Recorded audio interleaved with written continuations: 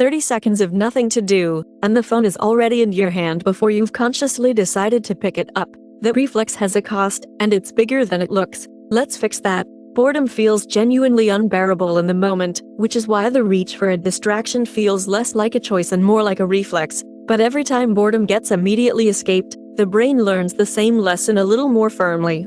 Discomfort gets resolved instantly, every time, no exceptions. That lesson doesn't stay contained to idle moments. It quietly lowers your tolerance for any kind of discomfort, including the boredom of doing the unglamorous, repetitive parts of a habit that's actually working. Over time, this creates a kind of discomfort intolerance that extends well beyond genuinely empty moments. The 10th rep of an exercise, the routine middle section of a long project, the unglamorous maintenance work behind any real skill.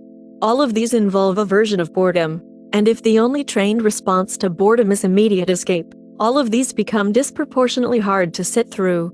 Not because they're actually difficult, but because the discomfort escape reflex has been reinforced so consistently everywhere else. The fix is deliberately practicing sitting with boredom instead of immediately escaping it. Not for hours, just for slightly longer than feels comfortable, on purpose, regularly. Each time you sit with it a little longer than the reflex wants, you're teaching the same brain the opposite lesson. Discomfort doesn't require instant resolution, and it passes on its own if you let it. This is best treated as a small, deliberate practice rather than a single act of willpower. Pick low-stakes moments, waiting in a line, a few minutes before a meeting starts, the walk between two tasks, and practice simply not reaching for a distraction.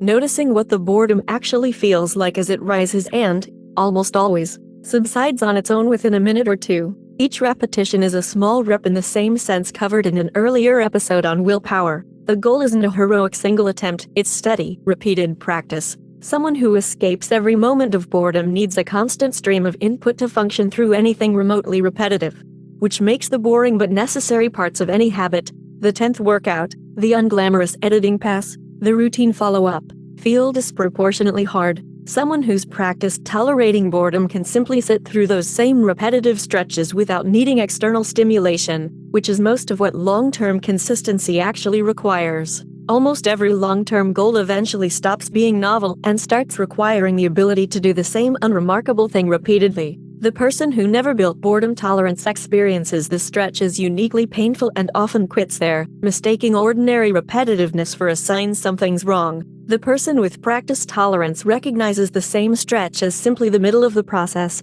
sits through it without much drama, and comes out the other side with the habit still intact. First, when boredom hits, delay reaching for a distraction by even 60 seconds. The urge is often far weaker than it first appears. Second, deliberately schedule short periods of doing genuinely nothing as practice.